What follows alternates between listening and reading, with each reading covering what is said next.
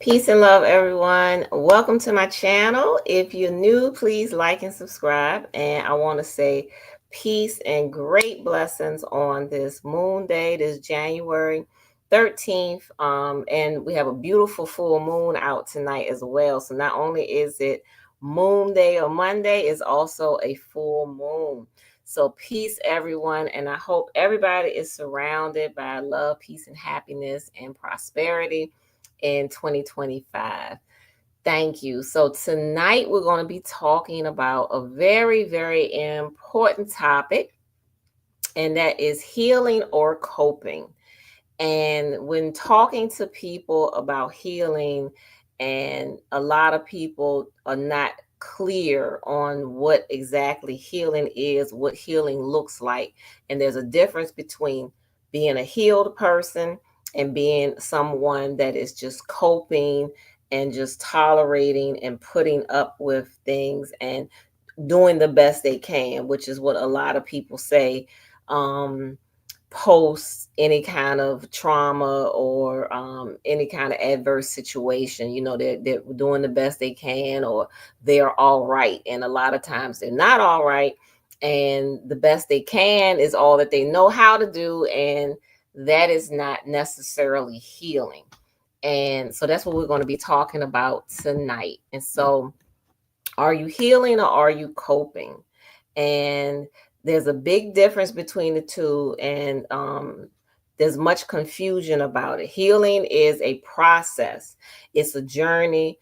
It has a destination, and that destination is you becoming the best and a better version of yourself.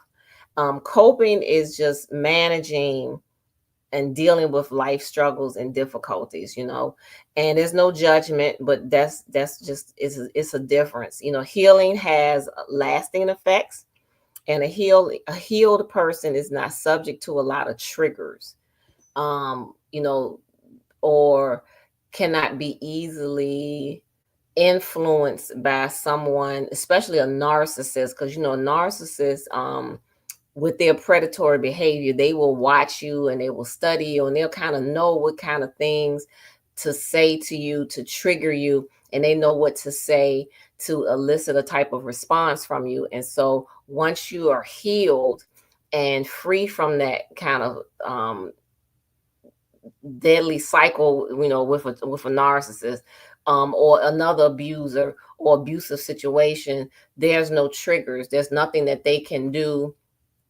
or say that will trick you into a situation where they have control over you, because that's ultimately what they want, is the controlling your thoughts, controlling your actions, controlling what you do. If you're trying to escape them, they know what things to say to kind of like make you feel guilty or make you feel obligated not to escape or whatever. So, once you're healed, those things don't have any kind of impact on you. So, coping looks very different from healing, because coping sometimes involves masking. Many of us put on a mask and a happy face when we go out, and we go about our everyday lives, and the mask that we wear is not the real us. Another thing that people who are coping do is disassociate. They often ignore and hide their feelings and emotions, and a lot of these are learned behaviors. A lot of the coping behaviors and coping mechanism that we do is learned behaviors. This is what we've seen other people do. This is what people have told us we should do, or how we should feel. And it's very unfair. And many people are coping versus healing, because the coping is all that they know. That's what they resort to when it comes to experiencing any kind of trauma or abuse or neglect, and they would go to a safe place, which would be their coping techniques or their coping skills. And some people totally lack any kind of coping skills, and what they often do is lash out at other people, abuse others, become hostile, um, which it can be a form of coping, but it's just abusive pattern and a negative form of it, and that's what some people resort to because they lack the proper coping skills, and they lack um, the opportunity to heal. Some people reject healing altogether. I had a friend once who told me he wanted me to do some healing work on his mother, but she refused because she felt that as a Christian, that the only person that could heal her would be Christ, and she felt that there's no other person or no other kind of healing available. So she refused. She continued to struggle with the things that she was struggling with. And some people feel like that. Some people feel, I've heard some people say, I can't heal. I've been like this my whole life, or I don't feel like it's going to get better. I don't know how to heal, and they don't um, feel that there's a light at the end of the tunnel, or their healing even exists for them. They just continue to cope. They continue to just deal with and manage the struggles, the difficulties, um, the PTSD, the traumas. And, coping is short term, whereas healing is a long term like I said, it's a process. Healing is to be free of things that cause you pain and trauma, and to be free of the imbalances. To heal is to transcend those feelings and gain mastery over them. To transcend the feelings of lack or inadequacy, or abandonment issues, or the feeling of hurt or neglect or rejection, or whatever it is that we are struggling with and we need healing from. So to heal is to transcend those feelings, gain mastery of them, and to move in a different realm of existence. So the healed person is kind of like, if you know the stories of I guess the primordial what's the word story, the warrior's journey or the hero's journey, how a person transcends from one state of existence where they know very little about themselves and their destiny, and then they go through a series of challenges, and it awakens a whole new person within them, and they move into a different reality, a different way of thinking, a different way of being. If you know, I'm gonna use Star Wars an example because that's a popular film and story. In the beginning of it, you had the main character, which was the hero, Luke Skywalker. He knew nothing about. He had a life that was very limited, and some tragic series of events took place where he lost his family, and it propelled him to go on a journey. And this journey from place to place also was a spiritual, if you will, journey, where he was discovering different things about himself. He discovered that um, one of his parents wasn't who he thought it was. He discovered many different things as he met different teachers, and the teachers gave him guidance and support along the way that he needed. But then the other guidance came from within him. And once he discovered who he was through hardships and obstacles and, uphill struggles, all of those things helped him in his path towards self-realization, and to help him to be the person that he was later in the series of films, where he became the Jedi warrior. But in the beginning, he knew nothing about any of that, and of course did not have those skills, but they were asleep inside him. So kind of the healing journey to me is similar to that. You are going through whatever challenges that you experience. And these challenges are life lessons, some of them, and they teach you not only things about other people, but also about yourself. And as you strive towards being better and healing, you discover and awaken that spiritual warrior or that goddess energy or that godlike energy or the divine energy or that divine the divinity that's within you, that's within each and every one of us, I believe.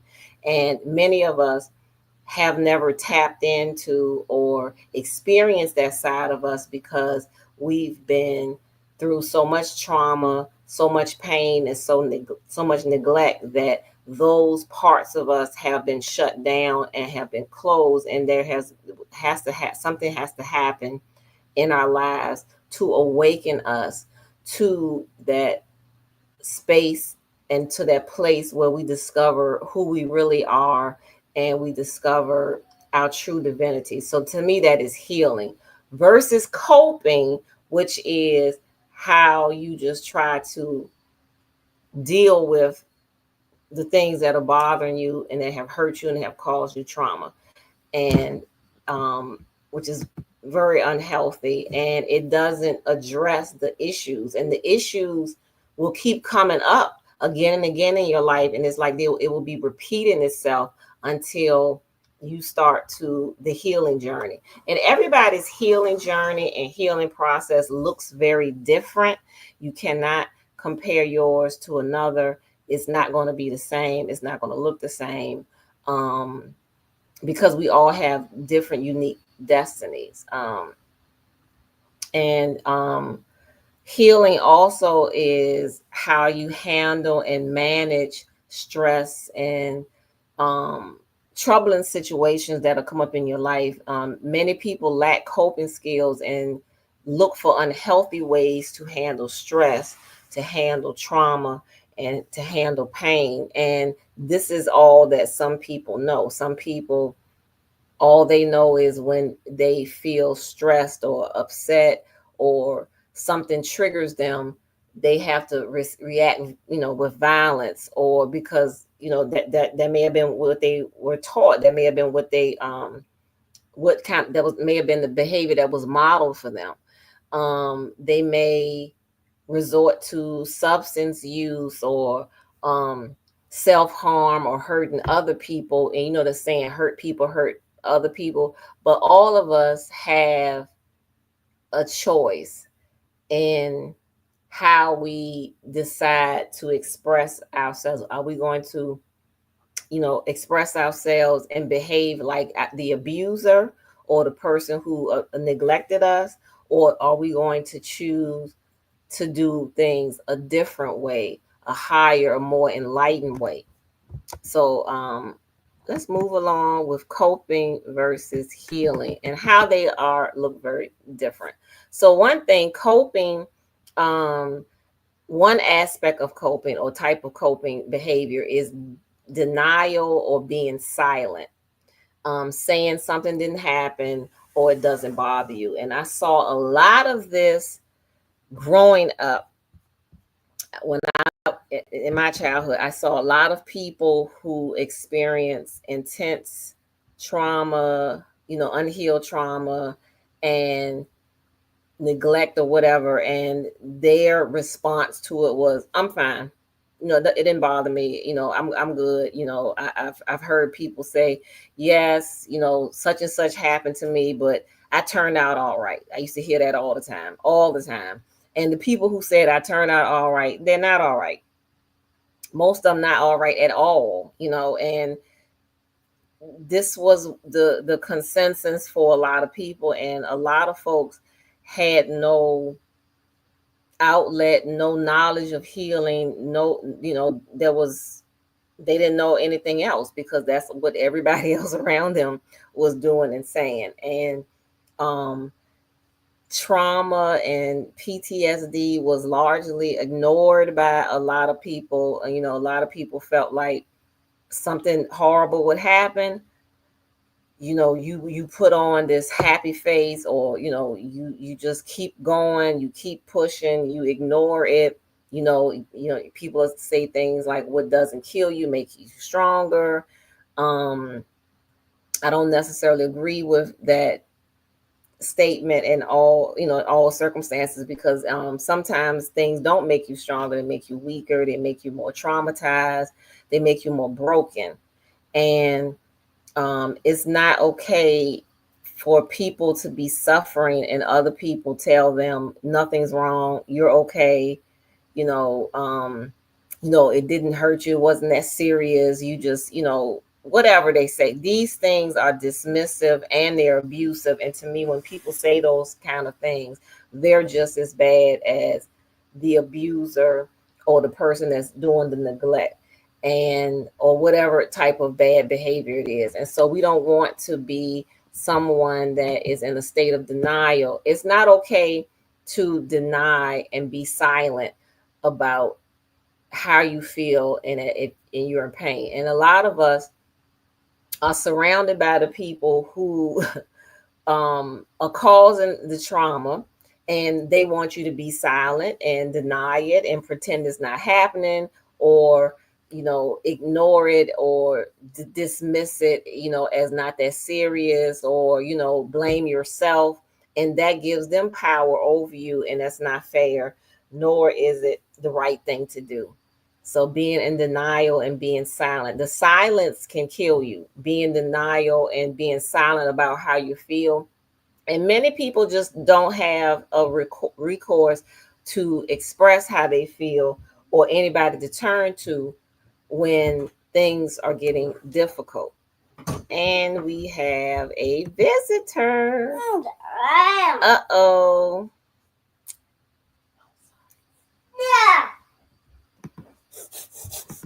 Just a and it won't stop. Just a minute, everyone.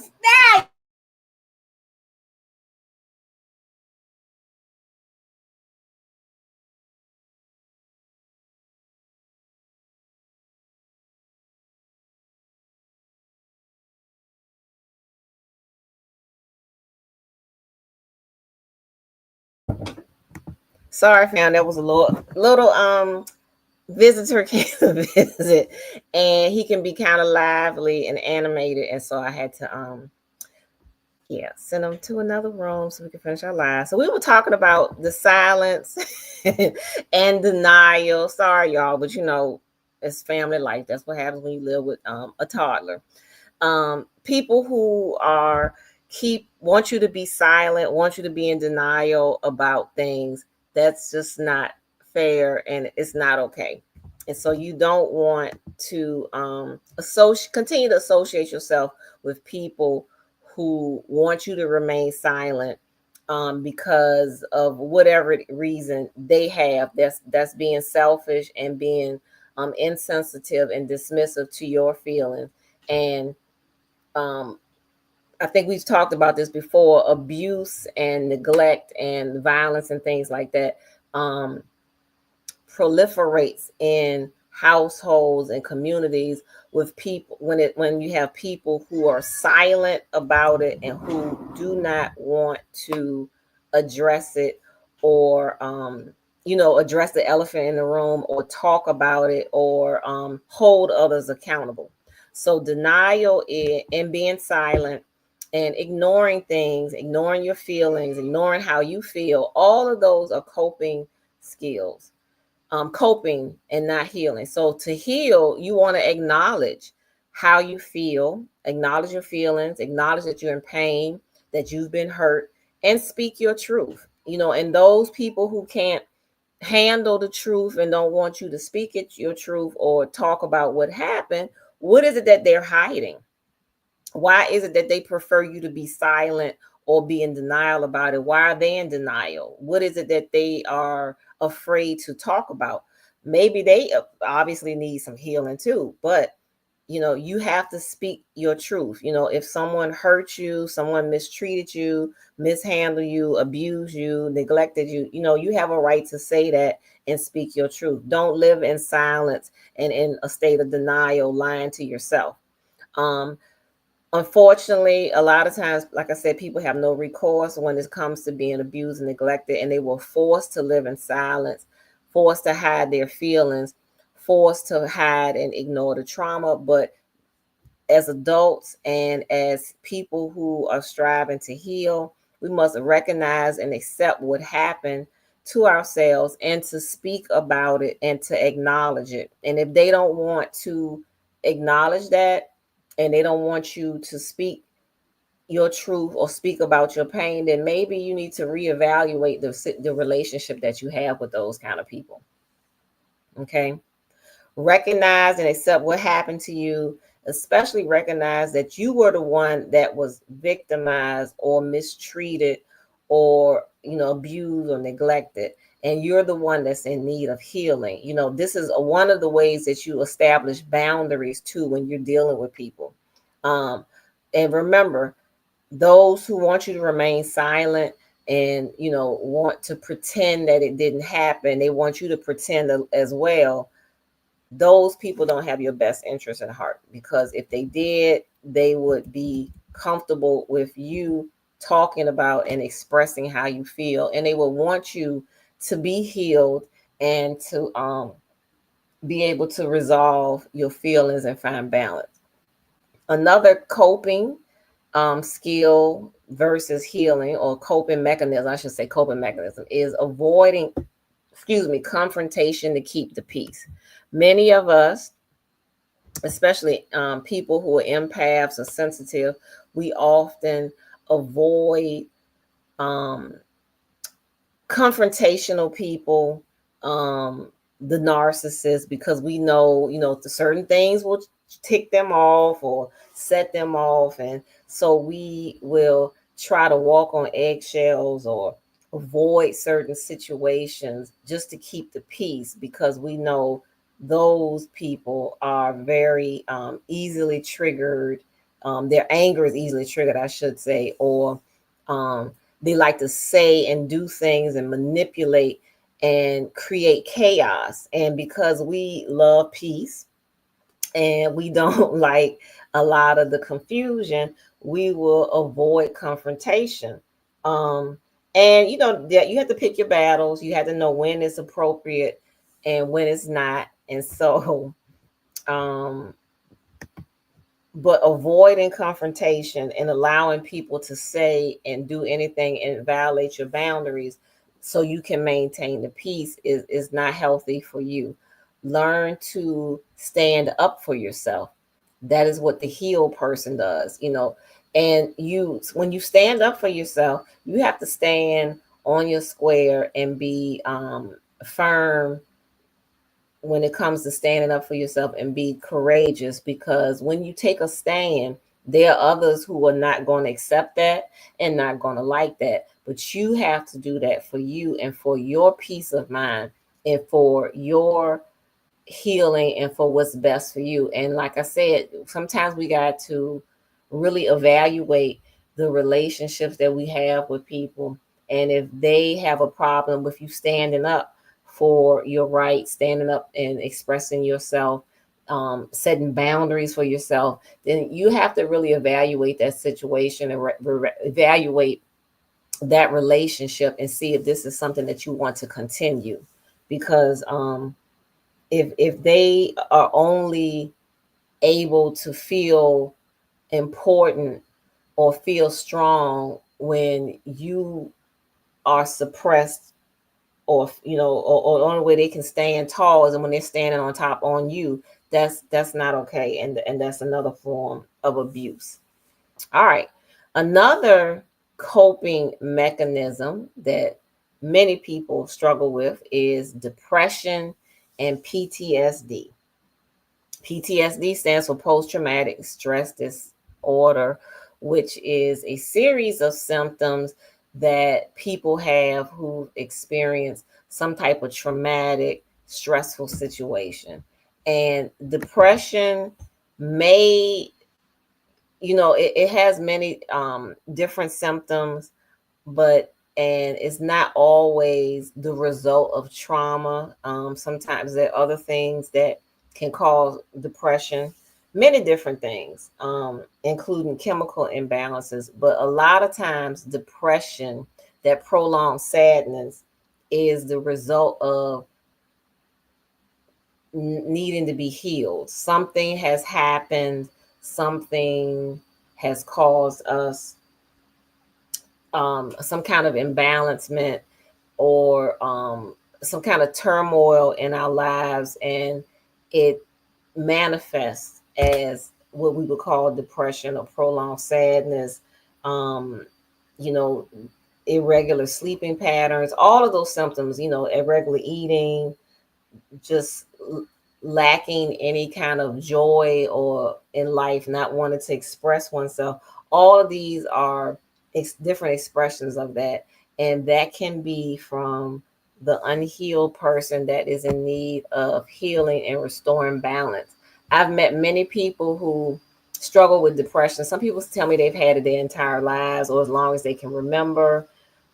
That's not okay. It's not okay to be depressed all the time. Yes, we have moments in our lives where we may feel sad or feel lonely or feel down or maybe grieving, but to stay in that state for long periods of times, months, even years, is not healthy. And I would call that depression versus grieving or sadness. Um, and it's natural to feel some of this, like I said, from time to time, but to remain in that space is not healthy. Staying in a low vibrational state give your abusers power.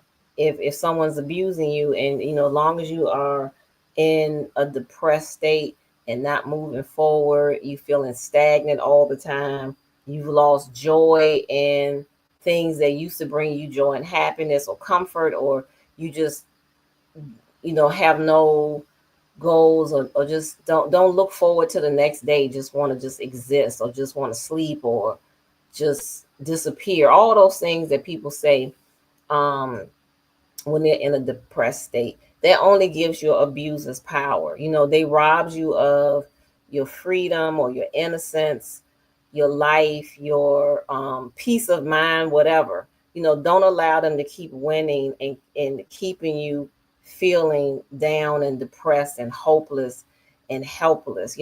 Seek help. I did a video a couple of years ago, probably about 4 5 years now, about depression being divine discontent. That's one thing that you could look at to help. All There's so many other resources out here when it comes to overcoming depression and healing from depression and PTSD. But remember, it's also a process. But many of us who struggle with that, um, like I said, seek help and don't allow them to keep winning and keeping you in that state. Find a way to heal and enjoy the life you deserve, because you deserve a better life. You deserve peace and contentment, joy, happiness, abundance, all the wonderful things that life can offer you.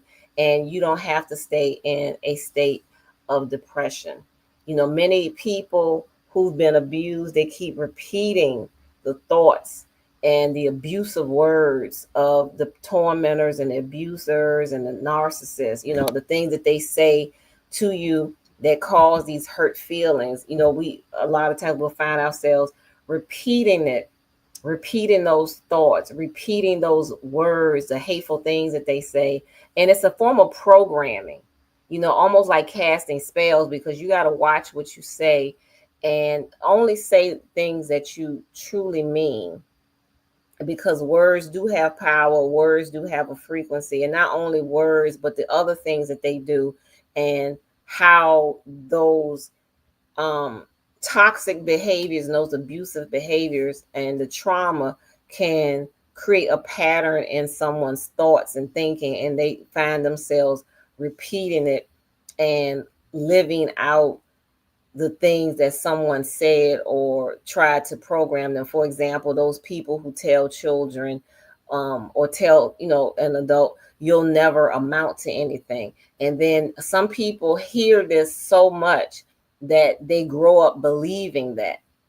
And and then others wonder why. Well, why are they stuck? Or why are they, why do they have the existence that they have? Is because this is someone that has been programmed, or they believe that they won't amount to anything, so they live out that becomes their reality. We don't want that to become our realities. Don't give them that power over you, and keep replaying in your mind, or allowing the things that they said or did to you to live rent free in your head, as they say. You have to take control over how you feel about yourself and what you want, and strive towards getting those things. And above all else, make sure, if you have depression or PTSD, find a way to start your healing process.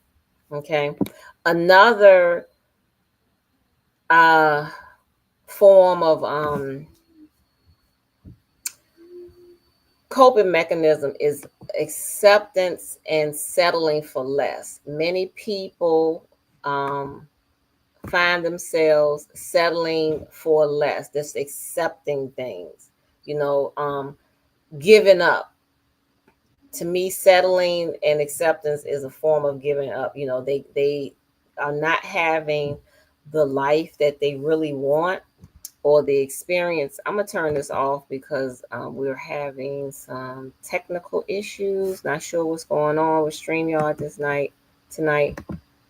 Sometimes people um, feel that their situation is hopeless or helpless, or they just don't have what they want, or they're not able to achieve it, so they just settle, or they just accept things as they are, and without trying to make them different, or maybe they have tried and they've given up. All of those are coping mechanisms, and we want to not settle for less. Know your worth, people. Know who and what you are and whose you are, and refuse to allow others to define who you are, what you deserve, and tell you what you can and cannot do. Because sometimes they're projecting onto you their own fears, their own insecurities. Sometimes people say you can't do things, or you should just accept certain things or settle for less, maybe out of jealousy. Maybe they fear your power, or fear you achieving things that they don't have the courage to do. Whatever it is, that's their problem. Know your worth, know your value. And if you feel that you don't have any, work on that. Strive towards making yourself the person that you want to be. And don't settle for less, because if you settle for less, you're going to keep getting the bare minimum and the short end of the stick all the time. Another coping mechanism is people who make excuses for others' bad behavior. Oh, so and so is not always like that. They have their good moments. It wasn't their fault. They didn't have their mom or dad. They didn't know any better. They had this problem. They had that problem. All of those are excuses for other people's behaviors, and we're not here to make excuses for people. We're here to hold people accountable for their behavior and for their actions. That's the only way that you truly can build your character and become an adult, is be responsible and accountable for your actions. Hold people accountable for all of it, even the negative stuff. Hold them accountable. Don't make excuses for bad behavior, toxic behavior, because if you make excuses, then it's like saying to the person that it's okay to treat you that way, or it's okay to act that way to other people, and it's not. Another coping mechanism is enabling, and that's kind of like making excuses for people's bad behavior, sort of. But enablers kind of allow a lot of things to happen that shouldn't, and they will make excuses for, or aid people in their bad behavior for whatever reason or excuse they have, but there isn't one that is acceptable.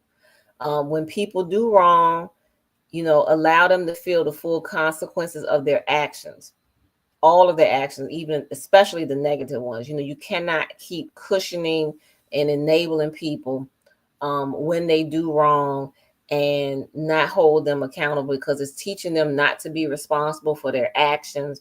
It's teaching them that they don't have to be aware or self-aware of what they're doing, and that their actions are okay when they're not. And it's not a healthy pattern.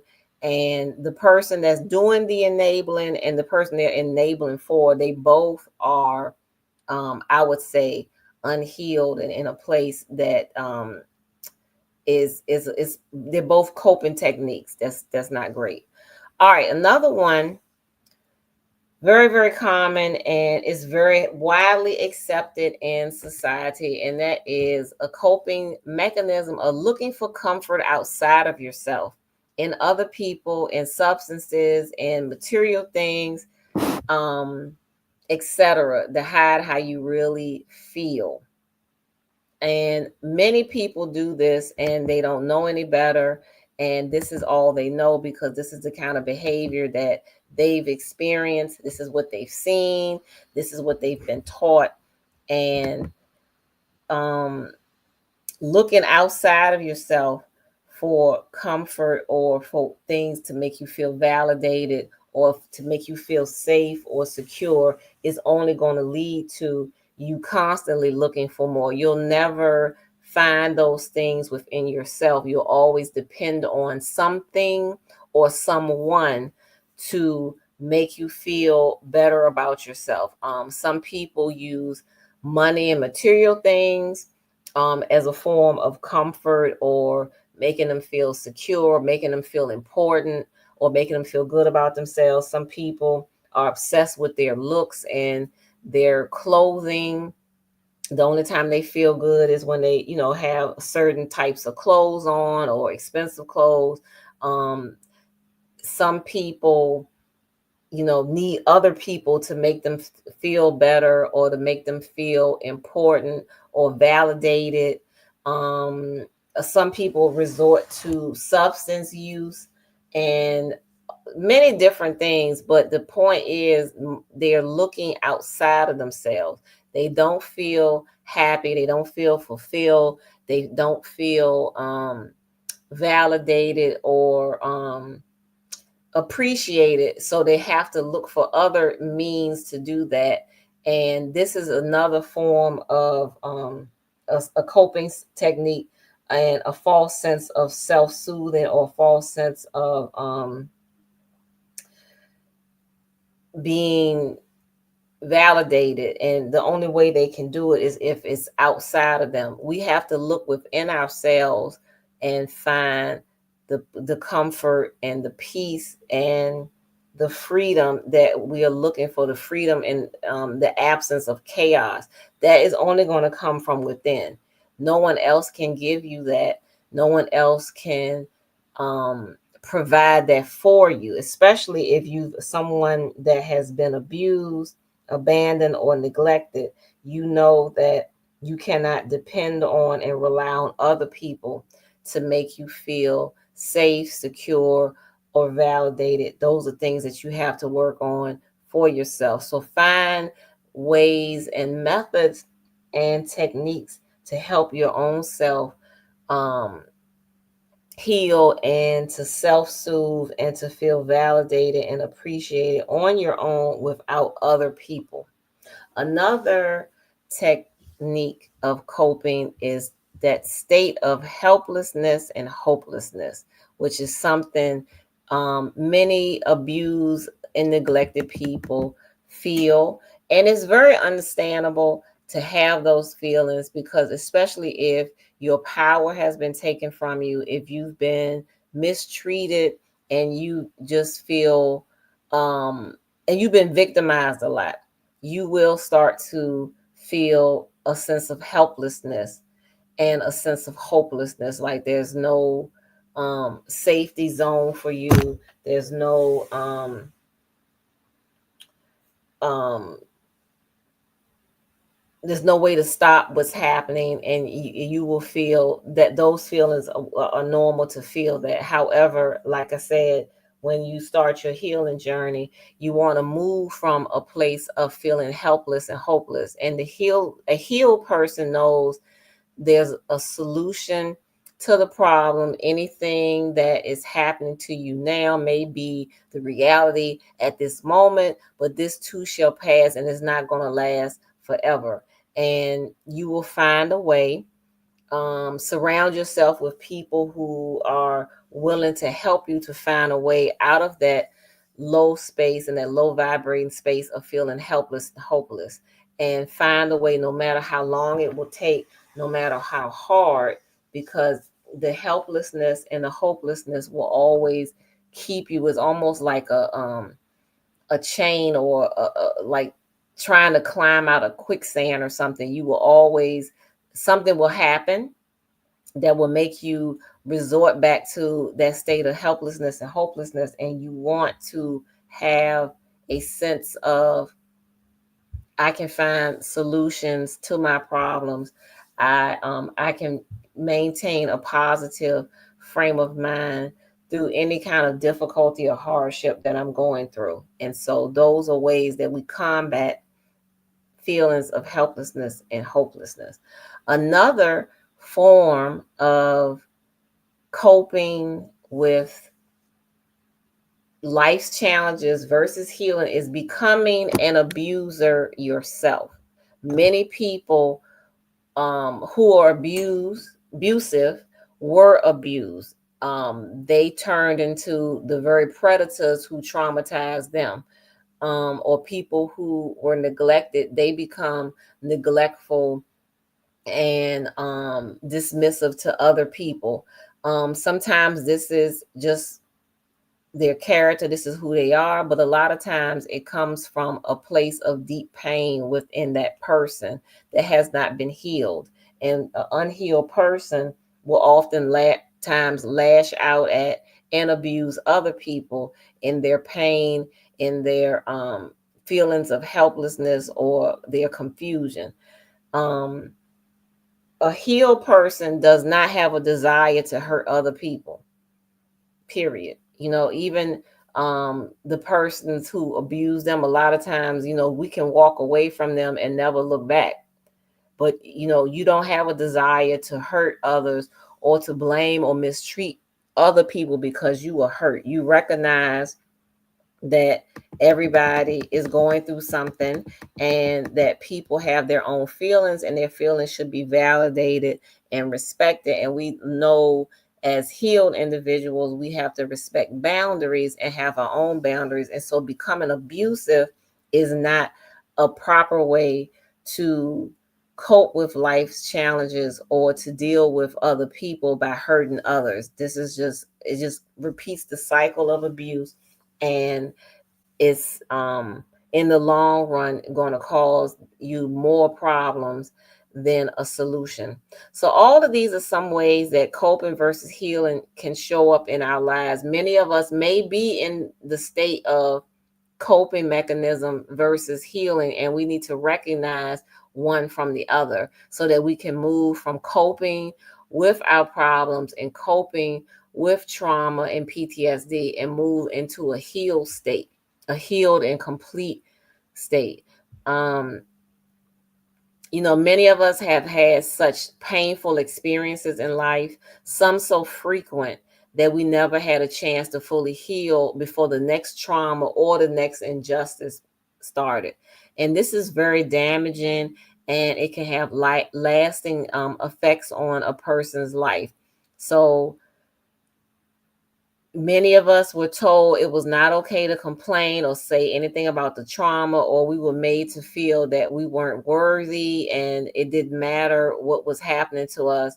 And all of these negative, toxic, low vibrating patterns that we've adopted out of, out from our pain or from what other people have told us, we need to let go, and we need to recognize that these things are not benefiting us and they were not true.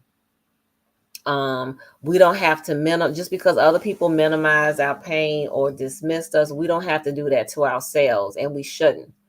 Um, these unhealthy patterns make it difficult for a lot of people to express their feelings, be in touch with their feelings, and to recognize it. And it also makes a lot of people feeling uncomfortable or afraid to seek help. Um, it's okay to not be okay, especially when you've been hurt.